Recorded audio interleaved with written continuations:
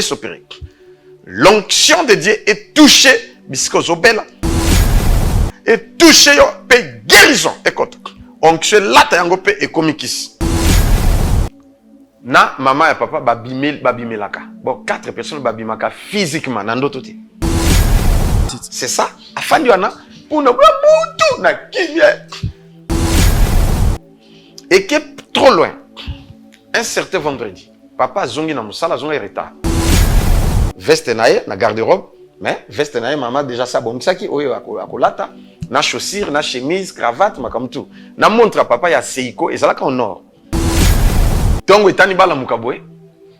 Biloko nde maman a préparé kia la ta izate. Na papa ningi bi a préparé la ta izate. Koko bazui bilamba ba ke feto ya bango. Bato bakufa. Yango siko birago diop. Aloba les morts ne sont pas morts. Oh. Saki na ye oyo ezalaki na mbongo na zwaki yango na mbongo wana pe na zwaki yango baluka ngote. Saki na itizaki mbongo wana. Mais na tongo so la muki na sima nzeta pai et tala national au monango et puis na bakise li. Ezali na ba lié moko o ezoko lié mais ezo lié biso na léopard, ezo lié biso na nguma, ezo lié biso na ngando. Chaîne chez Bisso Télévision, Facebook chez Bisso TV, YouTube chez Bisso TV, WhatsApp plus 243 97 35 88 380. Notre adresse, première porte Fikine, village Bracongo, dans la commune de Limete. Mesdames et messieurs, bonjour et bienvenue dans votre chaîne sur Bisso Télévision, la chaîne qui vous ressemble. Merci, la confiance et si que la fidélité à chaque moment. Bon, mais ça n'a pas sa Bisso dans le meilleur de chaîne où ils la chaîne qui vous ressemble. Mbote na yo mutu zota la Bisso, mbote pe na yo mutu s'abonnate et ngana rosengela na yo s'abonner. Aux la première personne à recevoir émission sur la chaîne qui toko ezalaka bravo Jésus et merci aussi à sponsor numéro 1 chez Bisso Télévision ezalaka Jésus-Christ de Nazareth parce que à travers eux apesa biso makasi apesi biso Fox apesi biso mbongo apamboli biso à tous égards.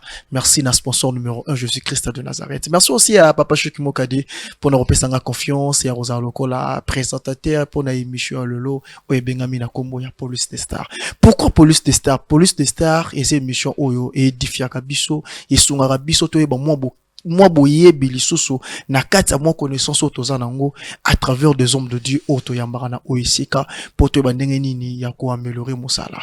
Merci na bande ko nyonso batala biso, merci pe na bande ko nyonso zo sunga biso de foulin au moulin pour na avancement ya chaîne Zambalo la mona yo azong sape ya mingi pa na yo. Merci aussi à papa Israël Monzo, merci à madame J'espère Kachama, merci à papa Dieu Grâce, merci à papa Israël Monzo pour na mosala kitoko bosala na kati ya chaîne. Merci à notre directeur du programme Papa Enoch Mata pour na musala kitoko bande ko balandi toye bongo na émission ya Police des Stars ya lelo na l'homme de Dieu évangéliste Papa Lokamba.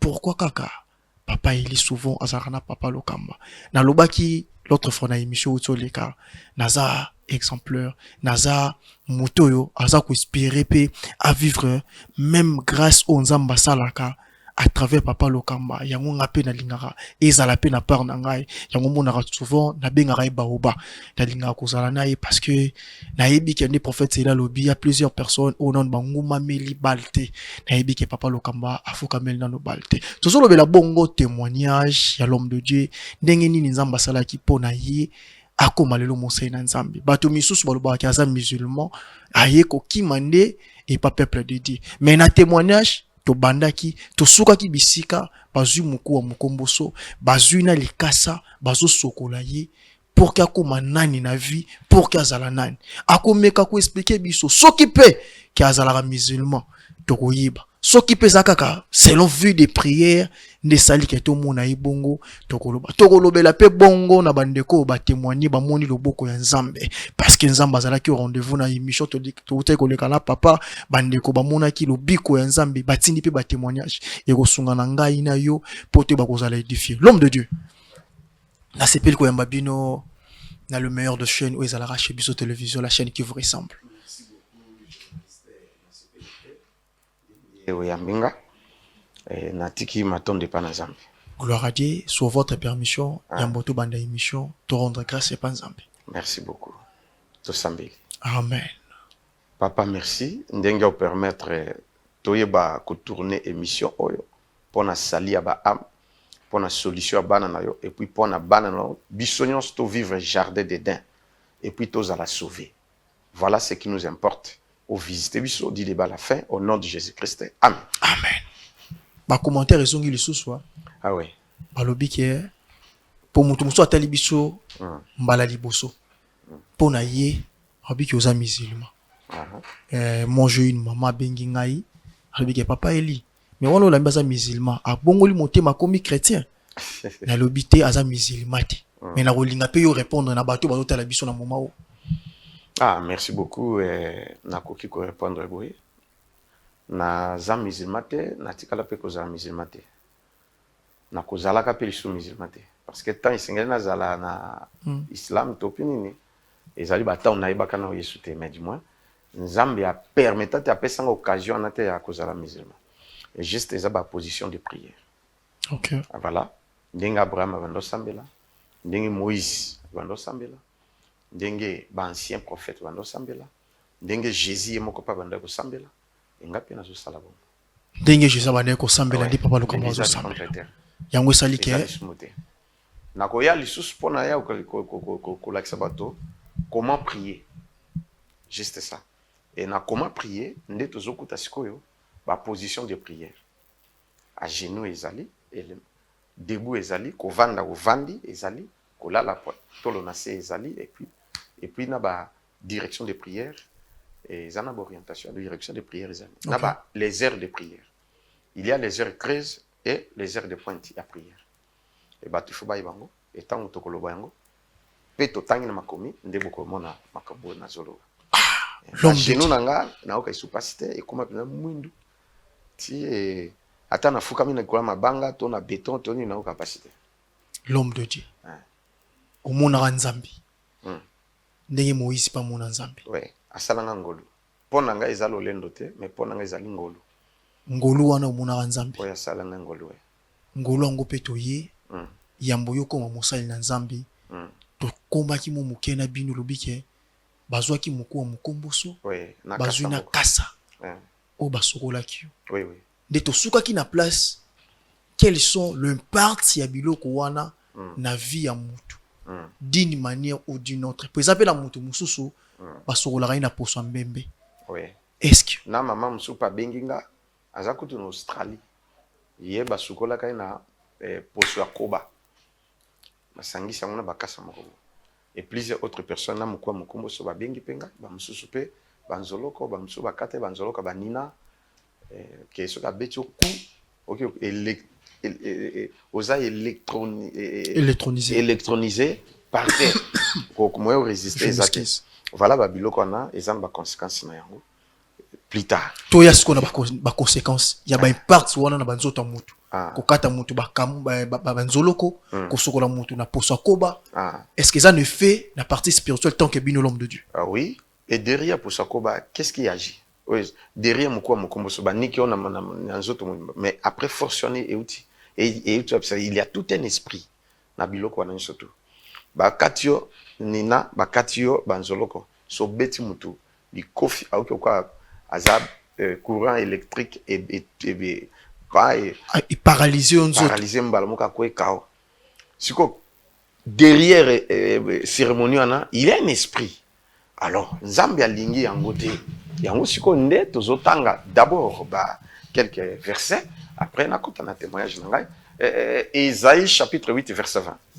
Isaïe chapitre 8 verset 20.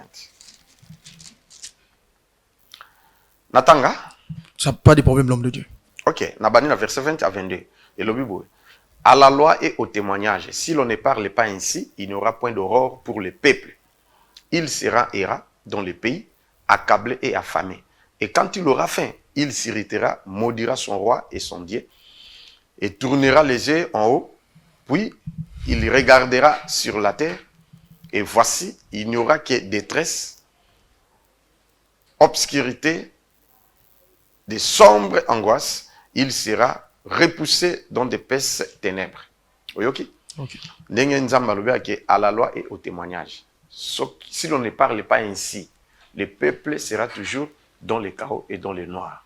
Donc, na loi, na témoignage, ce qui te lobby yango te, ce qui te témoigne, ça la satana te, to dénoncer yango. Abi que, il n'aura point d'horreur pour le peuple. Le peuple va la lumière te, parce que toujours na yango l'obscurité. Témoignage vrai, hein, vérifiable, ça, pas monté. Vous comprenez? Voilà. Parce que, ndenge na pesa témoignage, famille n'a pas Zolanda. Vous comprenez? Ba grande sœur, ba Zolanda, ba petite sœur, ba nani, famille, ba oncle, soit une église au coup, ba oncle, ba ça. Oh, ba ebi parcours. Oh, ba ebi, ouais, mais manga kutu, na bébé. Azali, na église. Et puis, plusieurs autres personnes. Famille à papa Bazali, famille à maman Bazali, et tout, et tout, tout. Voilà. Ce que moi j'ai dit, c'est que je témoigne des témoignes vrais. Voilà. Et, ce qui te lobby en côté, il n'aura point d'horreur pour le peuple. Il ira dans les pays accablé et affamé. Et quand il aura faim, il s'irritera et maudira son roi et son Dieu. Vous comprenez ce que c'est? Nzamba lingite to finga bakonza mboka. A lingite to finga nzamba. Mais ce que il connaît les autres tinda. Tant que lumière y est pas na batute, mutamona ki mokonza mboka, fingi mokonza mboka, fingi nini tout. Ba musa longola nga makama nzamba na ba fingi. Donc tu comprends des choses comme ça. C'est pourquoi nous sommes venus pour éclairer le peuple de Dieu. Totangi lisusu na mokanda ya Nzambe na mokanda Lévitique chapitre 20 verset 27. Bible lobini. Écoutez. OK. Pour ma conséquence ezali ebele. Si un homme ou une femme ont donné l'esprit d'un mort, un esprit de divination, il sera puni de mort. On les lapidera. Leur sang retombera sur eux-mêmes. Voilà Lévitique 20. 27. Obi soki mutu kati na ye azana mulimo ya muwei mutu akufa alobaka kati na ye alobelaka bato oh prophète big prophète nzoka alikisa mutu mais esprit ya mutu alikisa ne mutu zolimonisa bato makamo oh latika leswa boye oh melaki boye oh oliaki fumbu alobi oni kokono komone boye ainsi de suite. Oui c'est bon mais esprit ni nezoko animer prophète wana. OK. Esprit ni nezoko animer nganga wana. Abi soki mutu aboya azana biloko wana abi ni bosalini. Mais actuellement, moi, je mais à cause de la pini et puis à cause de la fait. Batunyo so bazo consulter ba cause ba dégâts. N'est-ce ceux qui besoin comprendre ma comme on a hein? OK. Voilà. Et là qu'on a zoloba ezali très important pour na peuple nzambe ba ko kanga yango. Yoka awa. Na Deutéronome chapitre 18 verset 10. Na kiti muketi na 15. Na otanga po mwena kende mbangu ezate. Mieux vaut biloko monsieur toloba te, mais toloba likambo eza nécessaire. OK. Landa. Deutéronome chapitre 18 verset 10 à 15 le Bible. Qu'on ne trouve chez toi personne qui fasse passer son fils ou sa fille par les faits. Personne qui exerce les métiers de devin, d'astrologue, d'augure, de magicien. Donc, chanteur, personne qui consulte ceux qui évoquent les esprits et disent de bonnes aventures. Personne qui interroge les morts. Car quiconque fait ces choses est une abomination à l'Éternel. Et c'est à cause de ces abominations que l'Éternel, ton Dieu, va chasser ces nations devant toi. Tu seras entièrement à l'Éternel, Dieu. Vous voyez? Ces nations que tu chasseras, écoute les astrologues, et les devins, mais toi, l'Éternel ton Dieu ne permet pas à permettre. L'Éternel ton Dieu te suscitera au milieu de toi, d'entre tes frères, un prophète comme moi. Vous l'écouterez. Nzamba lobi ke pa ina famille na yo. Tona yo moko.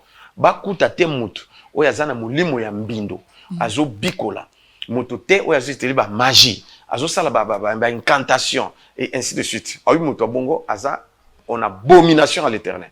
Au cause de la entièrement donc vie na yo mobimba pour Nzambe. Baïba yo baïba ote na passe na bisengo. C'est Dieu tout puissant qui est Jésus-Christ lui seul.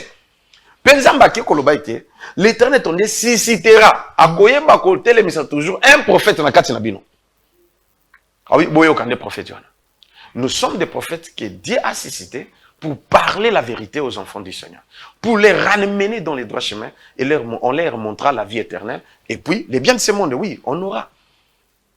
mais jardin d'Éden nde wana. Yo kana su qui s'en attend verset pour on a continuer hein, okay. Parce que ils apprennent Exode chapitre 20. Yoka na bandi nano na verset 3.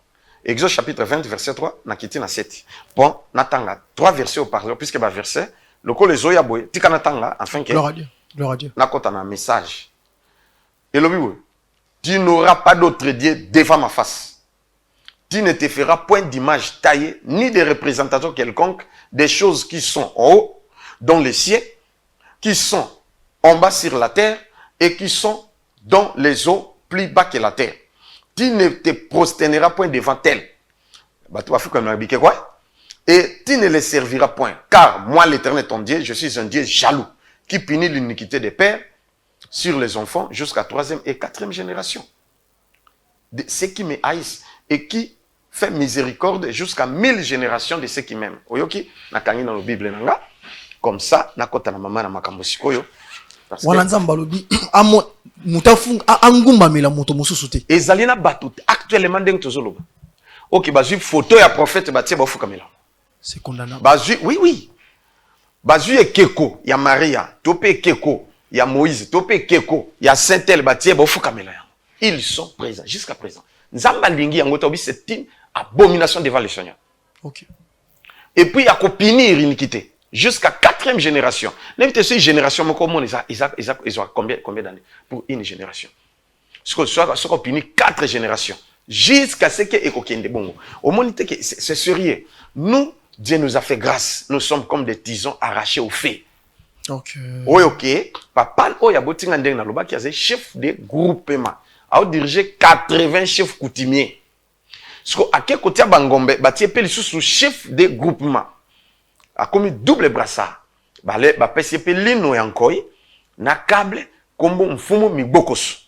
Mwane koto gombalo. Wana père. Papa Tokabor.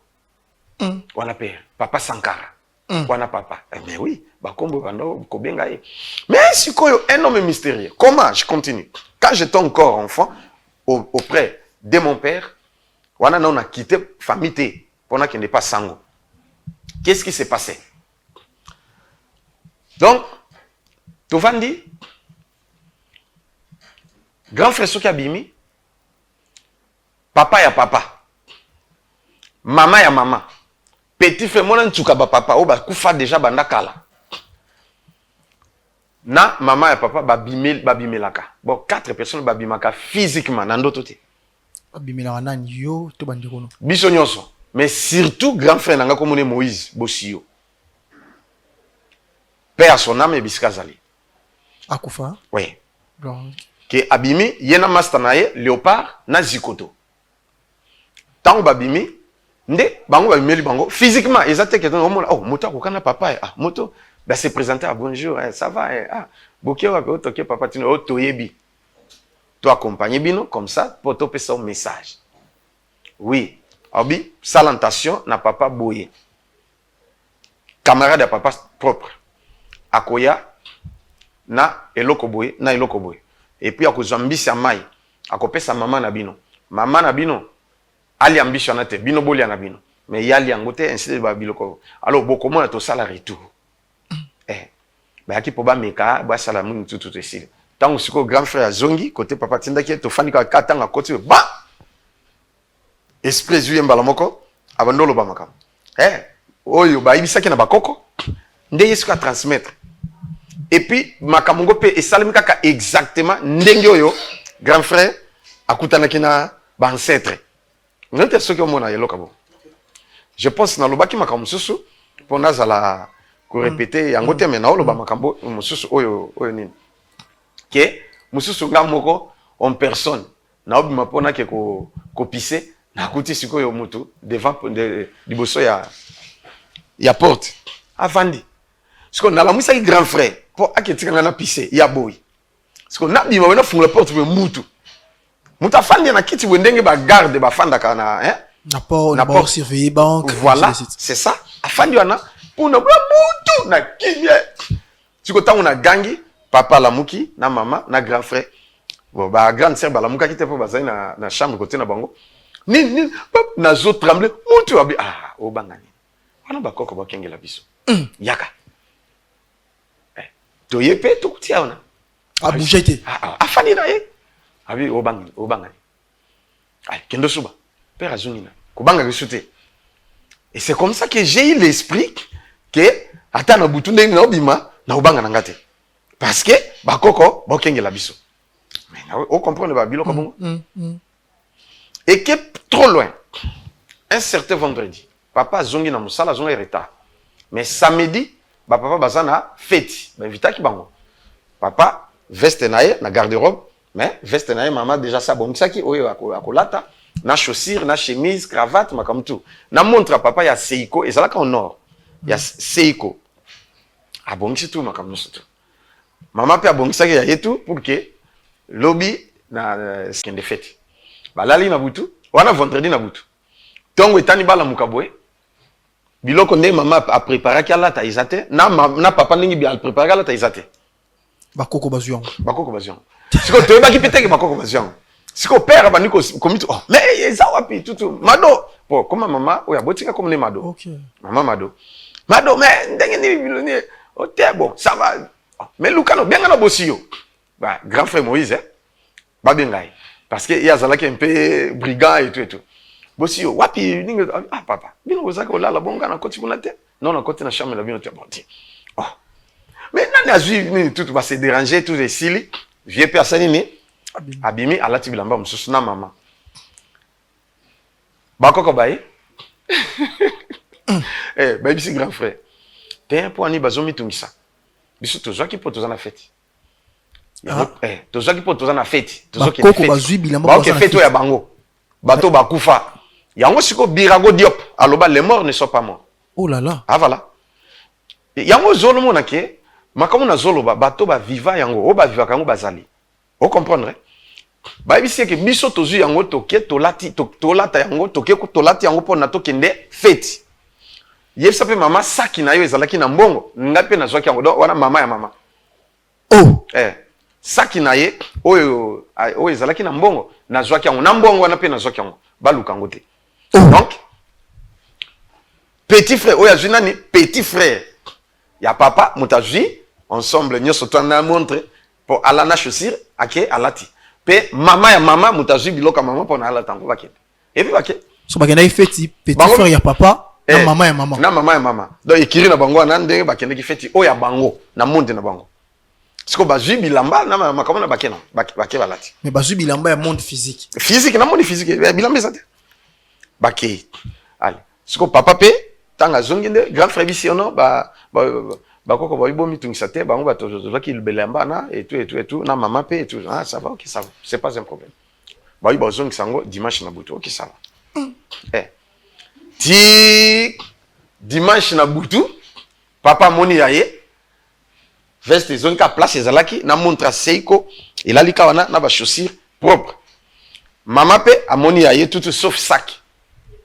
Oui, ezalaki na mbongo yango eza wana te nde sikoyo mama se siko bongo eza wapi saki kasi ya mbongo ezongi te ndenge nini nde bebisi ezela et après avant balala nde bebisi te saki na itizaki mbongo wana mais na tongo sola muki na sima nzeta paipai tala national omona ngo et puis na bakisi lio esili bamitungisi pete di 5h mama la muki akepe na sima akuti pe saki yango wana na mbongo baba qui c'est lié donc ce qui exemple ils ont 500 000 à coûter 1 million c'est bas multiplié fois 2 à Django bon t'as la siko babilo ka bongo OK na kuko banda ko raconter tant de choses mais peut-être tu peux revenir mon kolom susu mais on a toujours couru derrière le temps pona koloba nini place yoyo ndenge totangaki ke nzamba lingité bato bazo consulter ba mort bazo konta na contact na ba way pour na ba évoquer bango basenga aide na bango ainsi de suite on dit non on ne peut pas le faire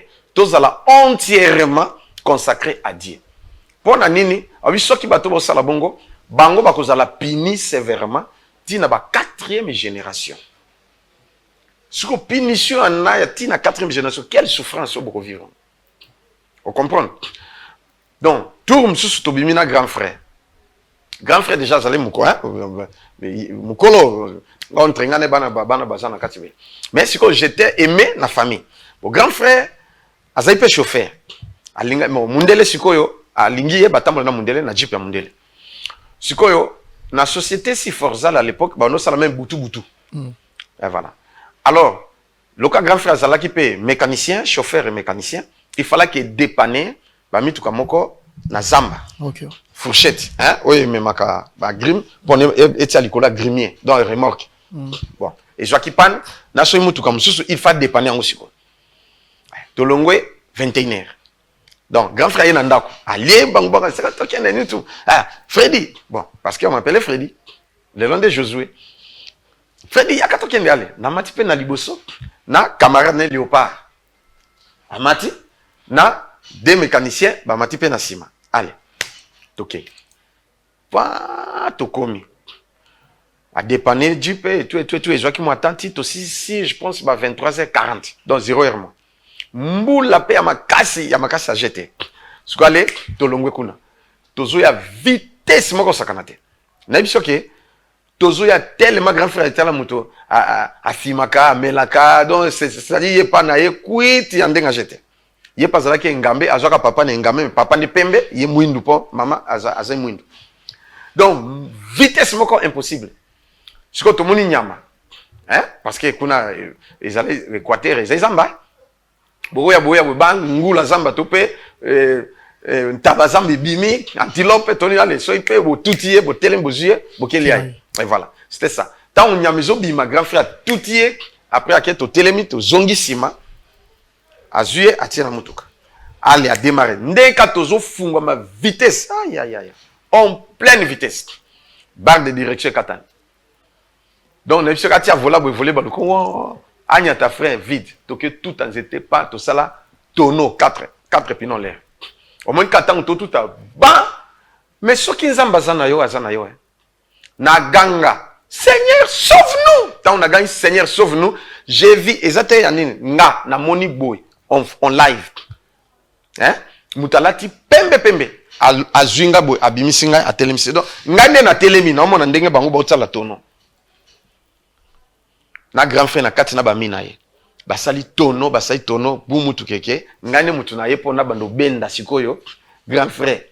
Ti grand frère abimi nde ye lokola zai na force mukolo abendi ba kamara ne babimi. Moko azwaki shoki na mukolo. Ba mususu bazoki Yemoko azokaki mwandambwa. Mais, quand même, abimi bien. Ce qu'on mboula tellement pe zobeta. Ce qu'on to sala ndengini. Awa potoko makuna, to tika na 80 km. Parce que to kena plus de 200. Mais ce qu'on to tika na 80. To ça déjà 120 km. Bon, ça va toke kama kolo malem. Tozo ken boy, hein? Léopard. On live dans Léopard. Boy, mouton, bisona e boy, en face. To telemi, grand frère ko bangate. Comment entendez vous? Léopard père Balou qui est Abiwana Bakoko. Un peu tout l'équipe. Donc nous sommes, donc à l'époque on était protégés parce que beaucoup qu'on a biso. Et ça na Léopard. Totem na bino. Ah totem. Wana kotia papa. Kotia maman, et ça na nguma, na ngando. Ça y a maille et l'eau moi comme la bino. Eh oui. Donc c'est-à-dire ezalina ba lié moko ou ezoko lié. Bon à l'époque. Parce que les lois balion les ananga li susute mais ezo lié biso na Léopard ezo lié biso nanguma ezo lié biso nangando. Vous comprenez? Donc c'est comme ça que to koli bongo que bokoko ezo sala makasi na ndenga kosakana te. Bokoko ezo ganga likolo vina bino. Ouais. L'homme de Dieu to cha mo mungo mukie na témoignage parce que peuple de Dieu va comprendre. Mambo uso yebisa biso nga na retenir mo mukie. Avant tout, il y a tant que qui accident dans grand frère, tous les 4 pinés du col. Bakoko bazui, maman et maman azui la maman. Ah. Nasak en plus nambo. Nambongo. Yaya et papa. Leki ya papa. Mona tsuka na bango. Mona tsuka na bango. Azui complet à papa nyoso akena. Et baye bazongi sang. Et ça na batu mamone komi na bango. Ouais. Bazui mona na libu. Bazui mona na libu. Oui. Tant que ça na bilamba na yo boy. Bilamba no penzo lata comme na bilamba ezate. Mais eza na ndako ba yibi pe ngote mais elimwe. Tope mbongo. Oza na mbongo boy mais oya boye mbongo ezate mais ba yibi pengote o kanga bandoki pamba na miyibi pamba nzoke lokote eza ba ancêtre ba esprit et yiba kayango est-ce que na continuer na lobalika moko awa na avenue Fesh hein avenue Fesh na ngaba ezena mama moko wana kone mama Hélène batindele mbongo na bana na epo banoteka azimbongo on devise hein il est étranger azimbongo atien enveloppe à côté na chambre atien na valise na akangi oui bon lokola eza na ziango na soir lobi na tongo lobi matongo makasi pona ke somba biloko bambizo hein ateka bambizo na mayebo ateka na coin ya 15 OK obi lobi na tongo comme ça na obi mana somba biloko bon na ya atie wana papa ndenga yaki atie na valise aza yemoko mwana na mwasi azalaki te parce que bazali na mwana na mwasi azalaki te ya azana aolamba asisi kolamba obi lokalo bimatongo makasi eza en devise na kota na zwa pour na changer ezala en franc comme ça na tongo de lobima ba 4 et 5 heures et permettre que na soma mbala moko OK akoti mwana na azate aza yemoko mutu pa koti te akoti afungoli sous valise atie na poche amone enveloppe afungola boyelo ezate mbongo ezate afouiller valise nyo sa pandi na c'est rien mama bandolela mwana nepe azoya akuti mama a expliqué donc babandolela na ina mwana mbongo ebele boyeke wapi tout kabolela bongo ngape na yaki ba visite ngaona na zokota nini o papa tala likamto kuta nango boy nga moko na tiao enveloppe eza vite tala na pandi valise partout et consort na se concentrer nzamba lo bananga ite bazana ndeko moko ndeko na bango aza mfumu azago aza mfumu ye mutasali bajan alors komi tungisate na obondela mbongo nezo ya kozonga eli mwakuni ya kozonga voilà force contre force puissance contre puissance toyenango pour Moïse tanga yaki nzamba tindie esalamaki force contre force Moïse pas bimisi voilà puissance na puissance et ça la sikoy na vie tozana il faut oyebake force du mal les ali force paix ya nzamba ya lumière ezali nde na bisa mama tika komi tungisate koke panganga te lokote ezali bozana chef coutumier na mboka na bino na awa na famille na bino na moni ye mutaselo ba jewana et puis na moni ekutu nde na lobo aw mata na rompwenga ba na mbongo wango na changer te mama komi tungisate mbongo ezo zonga zonga comme enveloppe place ezali ici ezo zonga ici na prier pour na ici et donc peu de temps kanga na pesi mukongo mama kota boye abia tala na tala boye mbongo ezongi nyonso na koma kina ndako te babenga papa ya kaya ko na zongi siko to vanda muke mécanisme wana bino boza l'homme spirituel on peut expliquer bisoni na partie physique ce sont des anges OK na partie négative et ça ba démon to ba entité mutu basala ka ba transaction wana tout ce que le diable fait il a imité chez Dieu. Oyoki? Le diable c'est un imitateur. Makambo nyonso diable asalaka a imita et pas nzambe. Nani appelle ça diable force? Nani a créé Satan? Nani appelle ça pouvoir? Oyoki sikoyo? Eza nzambe. Mais diable a utilisé na ndenge ya mabe. Nzambe a utilisé na ndenge ya bien. Voilà c'est ça. Sikoyo wana ezali nzambe ni mutu apesenga don wana. Voilà, parce que nazongi sikoyo nde na famille wana napesaki moi témoignage muke pona bolanda makambo esalamaka réel na vie ya bato. Omona na banque yo zimbongo te lokote membo ya mbongo ezate. Nani azui? Il y a des esprits bien disposés au bayaka koyiba. Les voleurs, ils viennent que pour dérober, voler, égorger et tuer. Mais le Fils de l'homme est venu pour nous donner la vie et une vie en abondance. Amen. Pour détruire les œuvres du diable. Yango Namukanda 1 Jean et Lobi, le Fils de Dieu est apparu pour détruire les œuvres du diable. Amen. Amen. Bisonde sur le Fils de Dieu, où il a perçu son pouvoir pour tout détruire ça la Satan. Papa, au comment un miracle, on zamba sala katina. Naye face mususu. OK. Naye ndeng naye kate. C'est to tika to garder mon mouké témoignage, to yasiko na jardin dedans. Merci beaucoup. Nabi que jardin dedans eza volonté nzambe. Natanga ka verso mingi pe na lobakango. Pe na répéter les choses bato bayoka.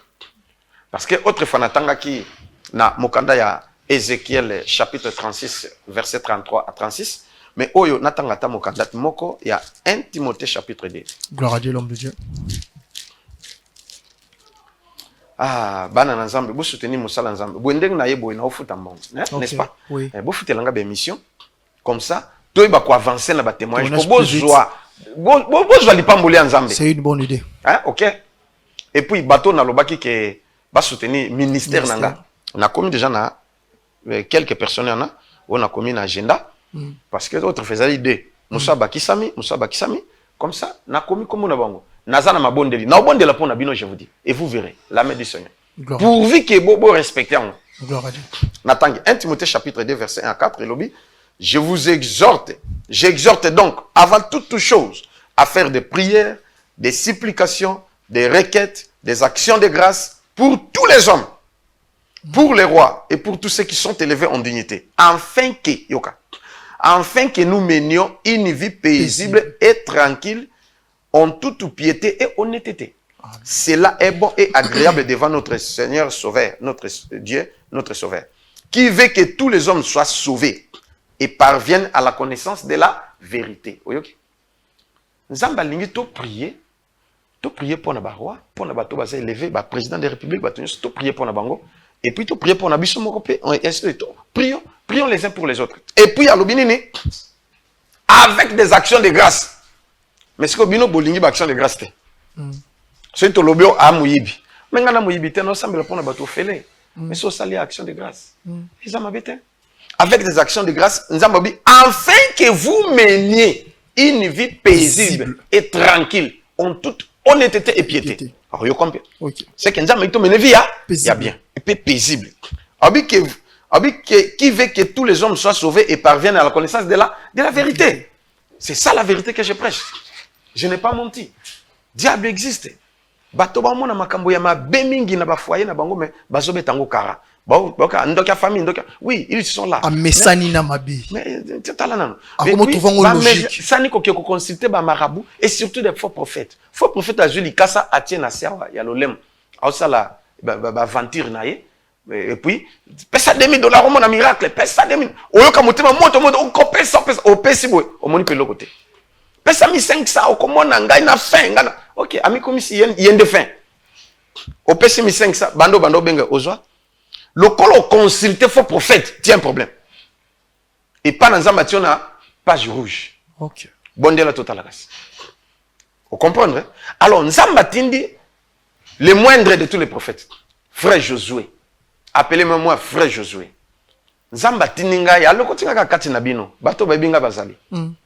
Qui nazali bagarre, coureur de Japon, ainsi de suite, et tout. Problème est até. Mais natika. Naïsou bagarre, gloire à Dieu. Ce qui doit ba menace l'équipe na se défendre. Ici. Mais bino bomo naka di oyote. Mais boki ndeka na ba prophète na. Et belé ba yo zonga ka pa na nga. Parce que prophète a escroqué, prophète a mêlé mbongo, prophète a salibo, a eu déception, ndi a yesikoyo, mais bredouille, mais vide.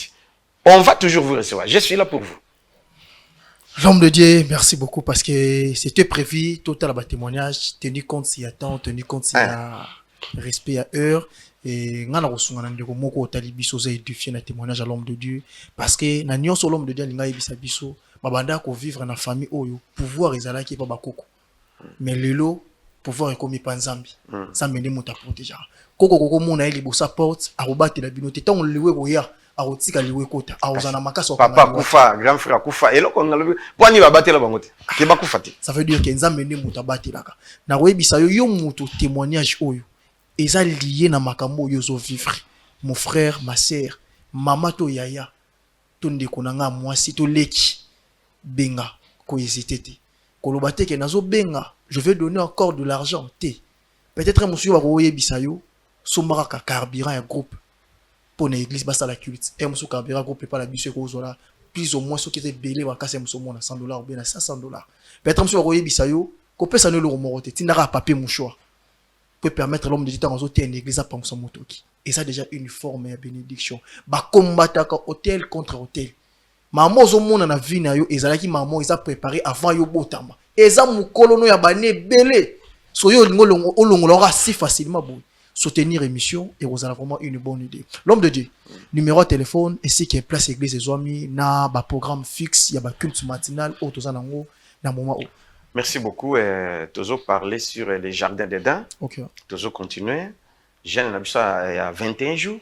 Ce qui peut Hollanda quitter, ce qui Hollandi angolelo, ce qui Olingi po banda, à table Mikolo etikali, au côté problème ezate. Au maçonné mon chaîne ya, posant bande ko musuba landi biso na sika bazana idée penda chaîne té. Ah OK. Au maçonné ko mo chaîne, ni ko melango autographe pour D'accord. Ndé to kosilisa les 5 juillet. Dans la journée to met la maille, to PJ to miliki. Et le soir, to lien à n'importe quel repas au fongolo lié. Bonde la nzamba zone qui sont na jardin d'Éden. Soko kite benganga, na opesa numéro nanga tout de suite pour na to prier. Nzambe asepelisa na jardin d'Éden mobola azala kite. Amen. Mais mutu mto pambolama na niveau nzamba tinda ya pambolama. Gloire à Dieu. Na loba ba secret. Be bufutanga. Pona loba secret. On a la moment édifié pour l'envoyer ba secret. Comme moi chaîne. Hein? Comme moi chaîne Josué Lokamba TV. Bo s'abonner. OK. Po bolanda ka ba programme na ya ba prière na ba prédication nyonso en détail. Na Josué Lokamba TV nde okolanda yango. Pe okosepela nzambe pe atsungi te tozali na avenue Kapela numéro 16 na Yolo komi na Kalamu na Yolo Kapela Kapela kende sango mais so komi croisement Kapela na Kimwenza osali moi dipa network ekoti ya Wenza Kapela en face na Wenze omona lupanga ngo batia panneau ya Paris Foot chambre froide Mama Zozo. OK. Nde référence correcte ya ngwana chambre froide Mama Zozo biso tozali kolona étage chambre froide na C. Nde oye wana okutana biso toko prier toko yamba yo pe nzamba osala. Voilà numéro nanga téléphone ezali plus 243 429 91 91 055. OK. Plus 243 429 91 91 055. Yami bale ezali plus 243 9 98 17 18 54. Donc 09 98 17 18 54. Voilà les deux numéros. Bato babenga mingi. Okay. Et puis na respectera. Bon batika ki message na rappeler bango kutu. Je pense bako bengo ba témoigner. Voilà. Voilà et on a prié, il y a des témoignages. Le kola babingo nga et koki. Prochaine émission, bo futelanga émission, bo futana émission ko. Bati na mbongo te pa na yo. Au pesa numéro na yo bati na mbongo pa na yo. Et si li ba futi nga na ika ko sala émission. Seul pour lingo tinde pa na nga otinde na oya na sala émission pour permettre toi avancer. Et bato baleka na délivrance parce que nzamba pisere don ya délivrance. Amen. Don ya guérison, don ya prophétique, don ya miracle, don ya ko secourir. Oko kate okomi na suka. Nzamba pesinga na ko raconter ndenge nini nzamba pesinga ba don oyo. Tant on aussi sa histoire nde toza na famille, to kokota na histoire ndenge nazalaki na et pas basango. Vous comprenez? OK. Et puis toza troisième partie nde to longue pas basango na ye na awa na église de réveil. OK. Parce que l'histoire n'a trois parties. Famille, sango, église du réveil. Actuellement, la 4 église du ouais. réveil. Merci beaucoup, Nabande Konyo, Sobatala Kibiso, quant à moi de vous dire vraiment infiniment merci parce que vous pouvez Kibiso, confiance pour la Rolanda émission, na 4 chaîne, où ils chez Biso Télévision. Ko hésité, benga, pousser ba remarque na yo, commenter, et ko sunga biso, pour to améliorer, et ce qui yope et betio na motema ou soutenir émission à travers maloba olom de Diazo loba, ko hésité pour na ko sala yango, benga biso, on va parler avec vous, nenge ni modalité ni nesenga rabasala, to roye bisayo pour que os ala édifier.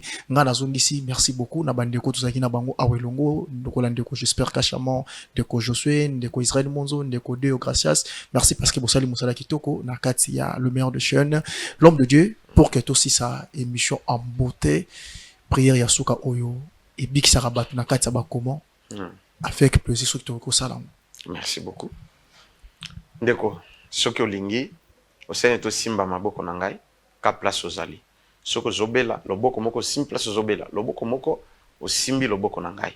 Nenge papa Moko, Azalaki na problème, impuissance sexuelle en Allemagne, Tangwa Simbi, et loko ezongi normal le loyo feti ezongi na foyer na ye soki poza na mafuta na yo huile d'olive osimbi loboko simbi neti ngai maipe même chose je suis un simple instrument. Seigneur, fais grâce à tes enfants, tous ceux qui me suivent, Seigneur, qu'ils puissent vivre les miracles au nom de Jésus. Nzambe yo zala nzamba tiko tak. Sala yango ipana bana na yo au nom de Jésus. Miracle est opéré. L'onction de Dieu est touchée bisiko zobela, est touchée maïpe mafuta, est touchée yo pe guérison. Écoute, onction lata yango pe ekomikisi. Bo utiliser bon mon miracle. Malo banangai et lata nzoto na kombo na Yesu. Amen. Amen. Kimia itika na mabota na biso.